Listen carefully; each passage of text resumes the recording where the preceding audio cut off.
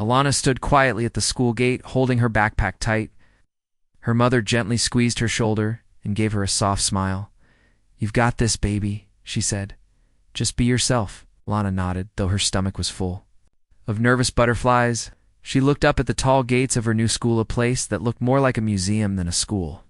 Big brick buildings, shiny windows, and white marble steps. She had never seen anything like it.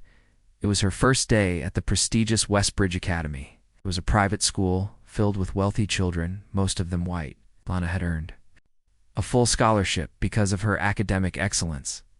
But no scholarship could buy confidence. No amount of studying could prepare her for how out of place she felt. As she walked inside, the other students passed by in fancy shoes, wearing expensive clothes and laughing in tight groups. Alana's clothes were neat but second-hand. Her hair was styled by her mom the night before with love and care. Still, she felt eyes following her as she passed through the hallway. She heard whispers, nothing loud, just soft comments that made her skin crawl. Someone murmured, "New girl."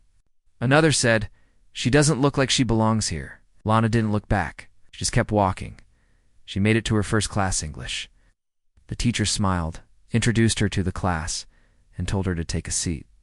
The students barely nodded in her direction.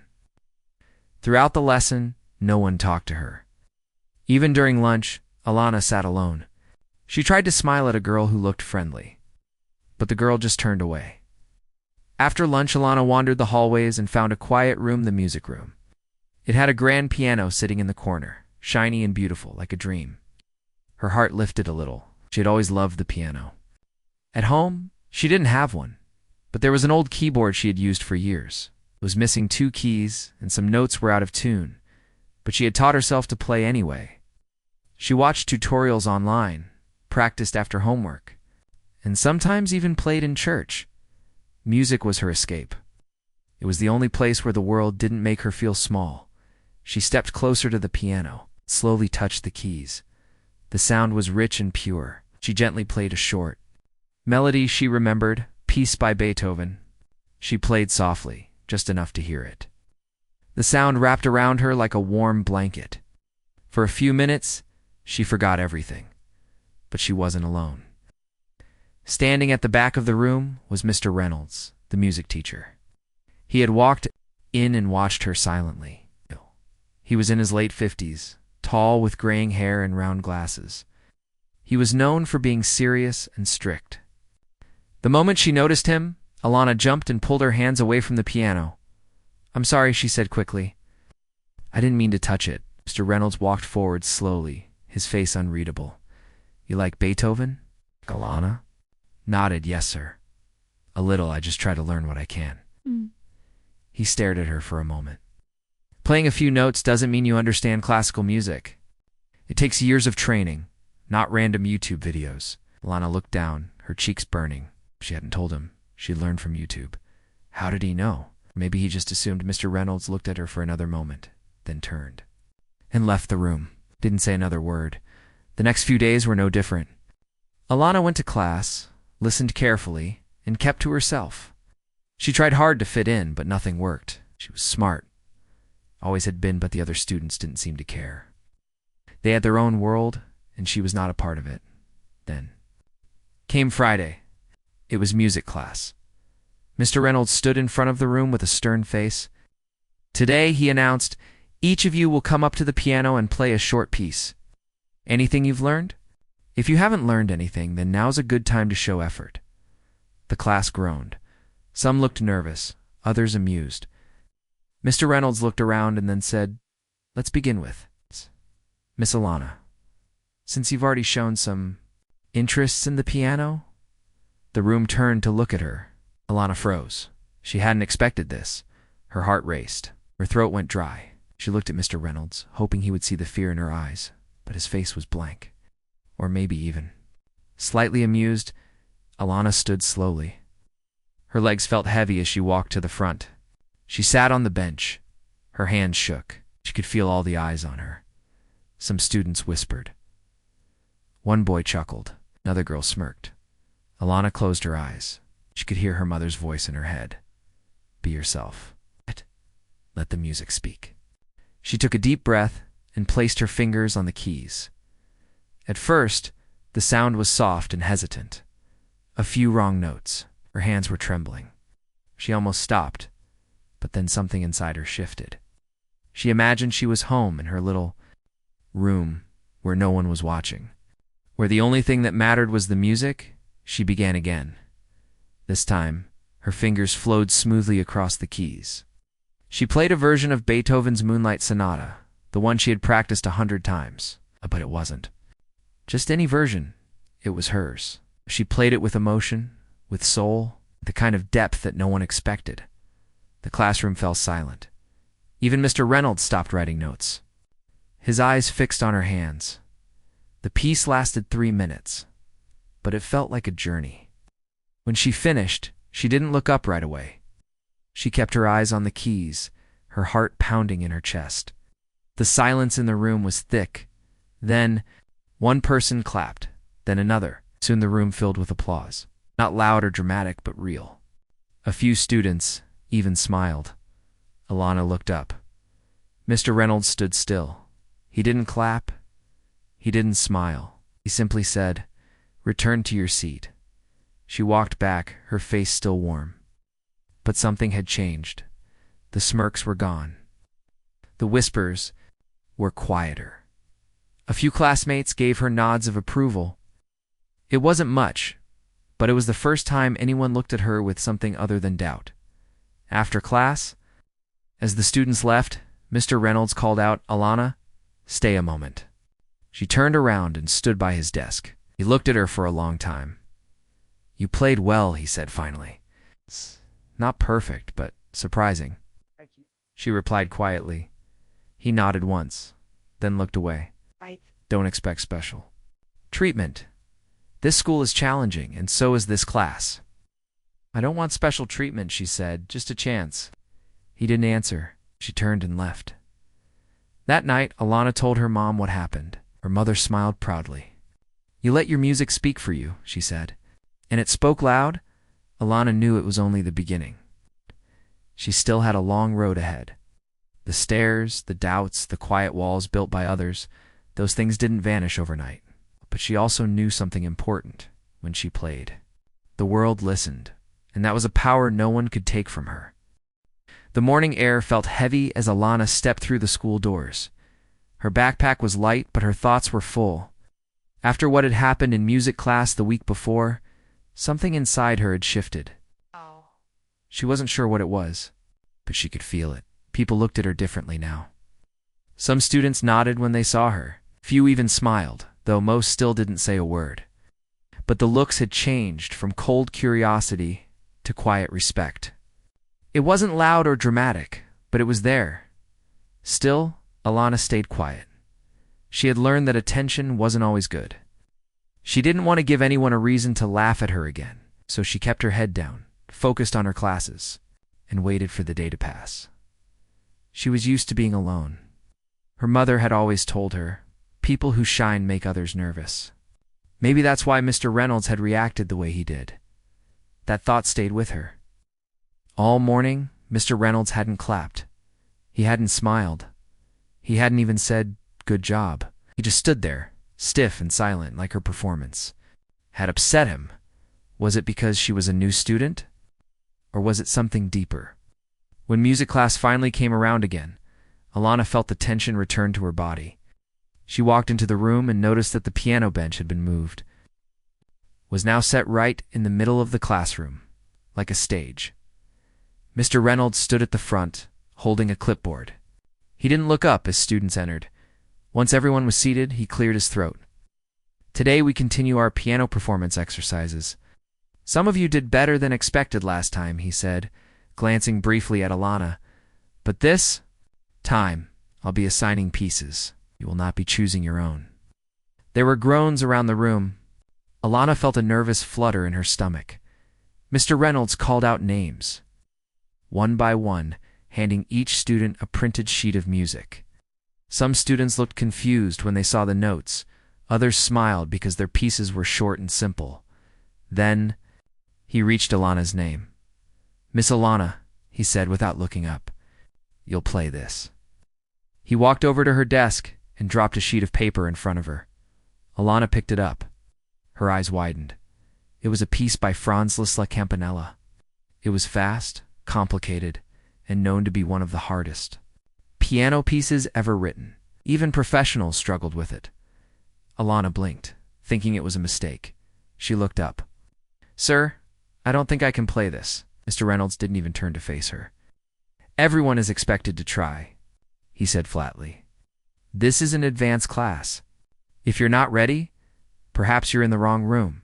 Class fell quiet. A few students exchanged glances. One girl raised her hand and said that piece is really hard. She just started here. Mr. Reynolds gave her a sharp look. If she wants to be taken seriously, she should be prepared to handle serious music. Alana sat frozen. She wasn't angry. She wasn't even shocked. She was just disappointed.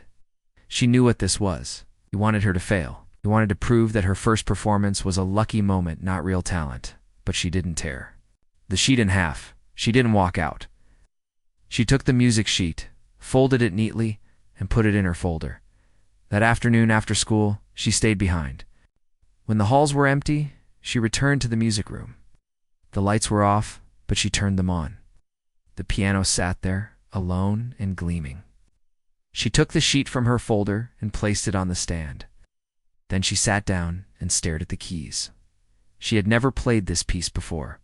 She had never even tried. But that didn't stop her. Slowly, note by note, she began to figure it out. At first, it sounded rough. Her fingers stumbled, but her ears were sharp. She knew how to teach herself. She listened again and again on her phone. She paused the video, replayed the sections, then tried again on the piano. Hours passed. The janitor peeked in once, surprised to see a student still there.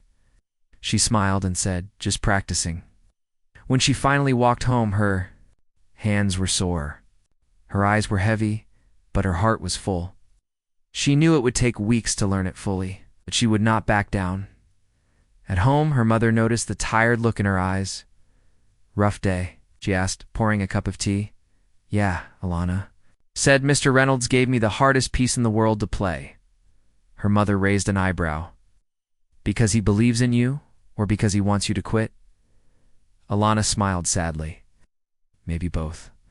Her mother walked over, placed a hand on her daughter's shoulder, and said, "Then you show him. Play it so well that he has nothing left to say." The next day, Alana brought her music sheet to school and studied it during lunch. She still ate alone, but now she didn't mind. The notes became her friends.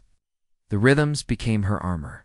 She tapped her fingers on the table, practicing silently. A few classmates noticed. One boy came over and asked, "Are you really trying to play that piece Mr. Reynolds gave you?" Alana nodded. He whistled. "That's kind of insane. My cousin takes lessons, and she says that peace breaks people." Alana chuckled. "Maybe I'll just bend a little." He smiled. "Well, good luck. I hope you crush it." It wasn't a lot, but it meant something. For the next 2 weeks, Alana lived inside the music. Every day after school, she practiced in the empty music room. She started recording herself to track her mistakes. At night, she fell asleep, listening to professional pianists perform the piece. She watched their hands, their timing, their emotion. Slowly, her playing improved. The stumbles became smoother. The hard runs of notes became more confident. She started adding her own feel to the piece, not just copying, but creating. Her music teacher at church even helped a little, giving her advice on technique. One day, while she was practicing, she heard the door creak. She turned around and saw Mr. Reynolds watching her. His face was blank, arms crossed. "How long have you been working on that?" he asked.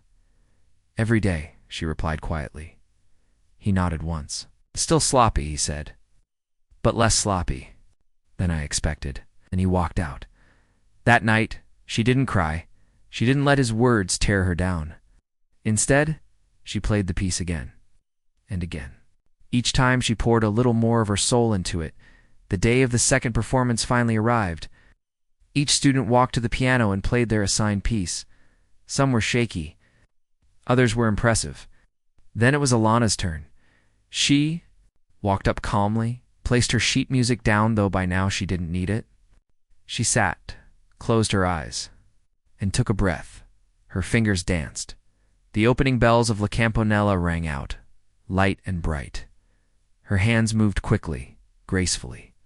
Her expression was calm, but her eyes were alive. She wasn't just playing, she was performing. Her classmates leaned forward in surprise. Even Mr. Reynolds raised his eyebrows. She reached the fast passages and didn't flinch. Her fingers were confident, her rhythm strong. The melody soared. It wasn't perfect, no performance ever is, but it was powerful. It was full of heart. When she finished, the classroom was quiet again. Then, one student clapped, then another. Soon the room filled with applause, louder than last time, fuller. Some students even stood up. Alana looked at Mr. Reynolds. He didn't clap. He just stood still, staring. Then finally he spoke. "Better," he said. "Still not competition level, but better." She nodded. "Thank you." After class, a girl approached her. "That was amazing," she said. "You're like, really, really good." A boy added, "You should totally try out for the city music competition. It's next month." Alana smiled. Her heart felt light.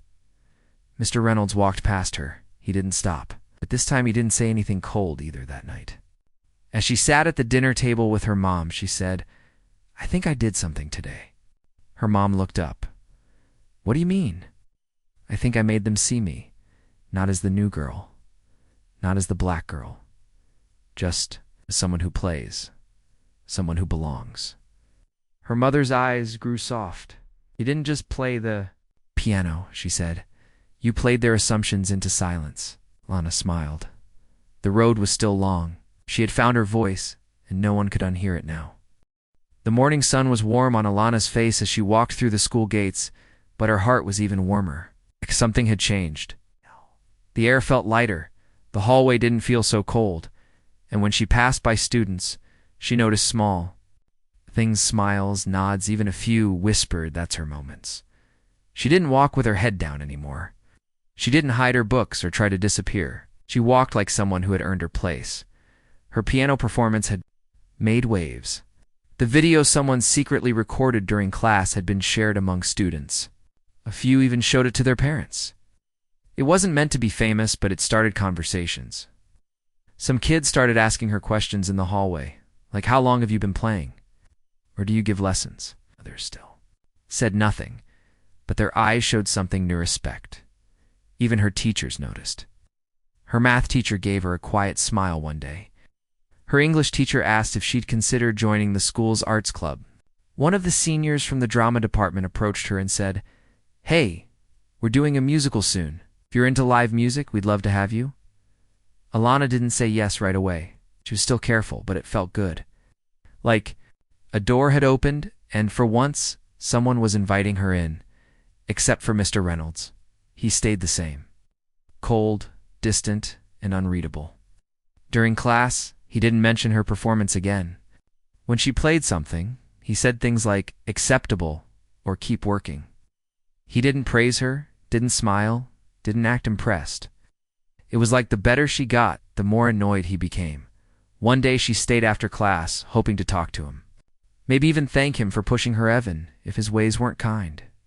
"Mr. Reynolds," she said as he packed his papers. He glanced up. "Yes, I just wanted to say, I appreciate the challenge. That piece hit was hard, but it helped me grow." He didn't look up. "Should expect more challenges if you want to keep up." "I do," she replied. He paused for a moment. "Good," he said. Then he walked out. No smile, no thank you, no kindness. But Alana wasn't sad. She had started to understand something. Some people don't like when others succeed, especially people they didn't expect to succeed. Mr. Reynolds had his reasons. Maybe it wasn't even about her. But whatever it was, she wouldn't let it stop her. The next week, the school announced that a guest judge from a well-known music conservatory would be visiting. He was coming too. Do a workshop, meet talented students, and offer spots in a summer program for the best performers. Excitement filled the school. Everyone in the music class wanted to impress the judge. Even students from other schools were coming for the day. Mr. Reynolds told the class, "We'll have live performances in the auditorium. Each of you will prepare a short piece."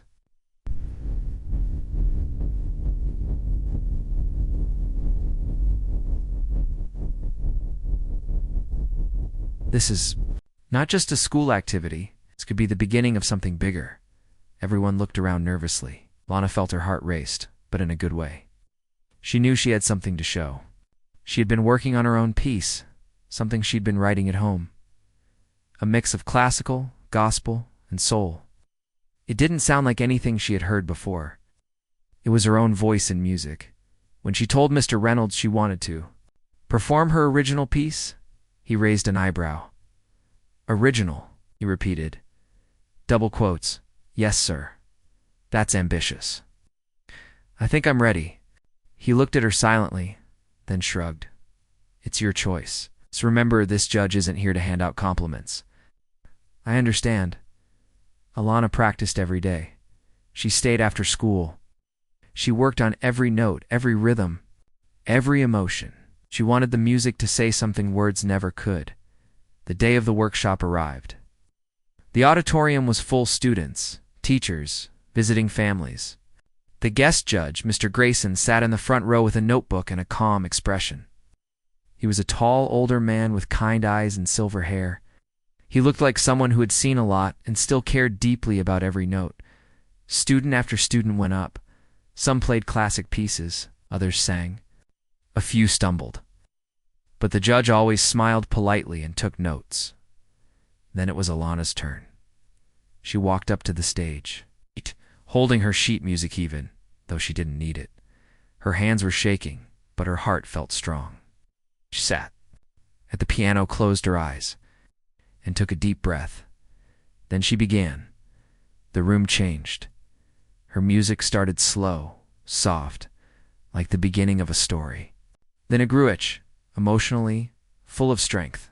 It told of struggle, of doubt, of rising again. The notes were a mix of traditions, some classical, some gospel, some that were purely her own. She didn't just play, she poured herself into. Every note, the room was silent, not even a whisper. When she finished, she didn't look up right away. She let the last note hang in the air like a memory. Then slowly, the room erupted in applause. Mr. Grayson stood up and clapped. Alana stood, still not fully believing it. She bowed slightly, then walked off the stage. Later that afternoon, as students gathered for feedback, Mr. Grayson called out her name. "Alana?" She stepped forward. "I've seen many young musicians," he said, smiling. "But what you did today, that was special. I'd like to offer you a place in our summer conservatory program." Her breath caught. She almost didn't hear the cheers around her. "You have something very rare," he continued. "A voice of your own. Don't ever let anyone silence that." She nodded, blinking back tears. "Thank you, sir." Mr. Reynolds stood nearby, arms crossed. He didn't speak. He didn't even make eye contact with her. Later, in class, as students congratulated her, Mr. Reynolds said, "Talent is one thing, discipline is another. Don't let one performance make you lazy." Alana didn't answer. She didn't need to. That day, a senior girl pulled her aside and said, "I've been here for years. I've never seen Mr. Reynolds so quiet." Alana smiled. "Music speaks louder than words," she said softly. That night at home, she told her mom everything. Her mother laughed, cried, and hugged her so tightly that Alana could barely breathe. "You did it, baby," her mom whispered. "You turned every no into a song." Alana felt something deep inside, pride, joy, and peace. She had proven herself, not with anger, not with shouting, but with the one thing no one could ignore: her music, and she was just getting started. Alana's life at Westbridge Academy was changing, but not in the way she had hoped. The moment she was offered the summer conservatory spot, the school seemed to watch her more closely. Her classmates, once distant, now nodded or smiled. Some even asked her to help with their music homework or to teach them some piano basics. Alana, who once ate alone during lunch, now found a few friends sitting nearby, asking questions about music, school, or even life. Yet not everyone was happy. Mr. Reynolds, the music teacher, remained distant, colder than before. Instead of praising her talent or encouraging her, he became stricter. The music pieces he assigned to Alana were harder than anyone else's. He criticized her interpretations, saying they were too emotional or not classical enough. Sometimes his comments felt less like feedback and more like barriers designed to slow her down. Alana knew what was happening. She wasn't just facing a difficult teacher. She was facing a man who didn't want her to succeed, but she refused to give up. Every harsh word became fuel. Every criticism was a challenge. She accepted silently. One afternoon, while practicing a particularly complex Chopin etude in the music room, she heard the door open. Oh. It was Mr. Reynolds. He stood silently at the doorway, arms crossed, watching her play. She felt her fingers stumble for a moment, but she kept going. When she finished, he spoke in a low voice. "You've improved. But your technique is still flawed." She nodded, expecting this. "I'm working on it, sir." "Good," he said, "because if you want to make it beyond this school, you'll need more than emotion. You'll need discipline." Alana didn't reply. She simply picked up her music and left. Outside in the hallway, she ran into some of her classmates. A few whispered encouragement, while others stared curiously. She smiled at them, but didn't say much. In the following weeks, the students began to notice a change in the classroom atmosphere. The tension between Alana and Mr. Reynolds was clear. But instead of trying to stop her, more students quietly supported her. Some asked if they could join her lunchtime practice sessions. Others shared stories about being judged or overlooked. Relating to Alana's experience, word of Mr. Reynolds' harsh treatment of Alana and other minority students began to spread. A few brave students started talking to the school counselors. Parents of students voiced concern to the principal. The school board quietly started an investigation into the matter. Meanwhile, Alana stayed focused on her music and her summer conservatory preparation. She was determined to prove, not just to Mr. Reynolds, but to everyone, that her talent was real and deserved respect. The day came when the guest judge, Mr. Grayson, returned for a follow-up visit. This time, Alana planned to play a Chopin piece she had composed herself, a blend of classical technique with the soul of her community. When she performed, the auditorium was filled with a different energy. The notes danced, sang, and spoke of resilience and hope. The crowd was moved. Mr. Grayson was impressed beyond words. After the performance, Mr. Grayson approached Alana. "You're not just talented," he said. "You're a pioneer. Keep pushing boundaries. That's how music grows." At that moment, Mr. Reynolds was watching from the back. His face was unreadable, but the cool confidence Alana once saw was gone. It was replaced by something quieter, maybe regret or respect. He didn't say a word to her afterward. Alana realized that the battle wasn't just about music. It was about breaking barriers, changing minds, and creating space for others like her. With the school investigation underway, changes slowly started happening.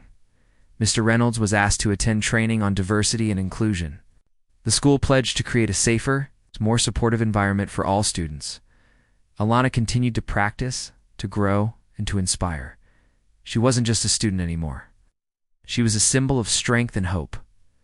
One evening, after a long day of practice, Alana's mother hugged her tightly. "You're not just playing notes," she said softly. "You're playing the future." And Alana knew it was true. Her music was no longer just her escape. It was her power. The day of the big music showcase had finally arrived. The auditorium at Westbridge Academy was packed with students, teachers, parents, and special guests. The air was thick with excitement and nervous energy. Lana stood backstage, dressed in a simple but elegant dress, her hair carefully done by her mother that morning. She held her music sheets, though she no longer needed them for most of her pieces.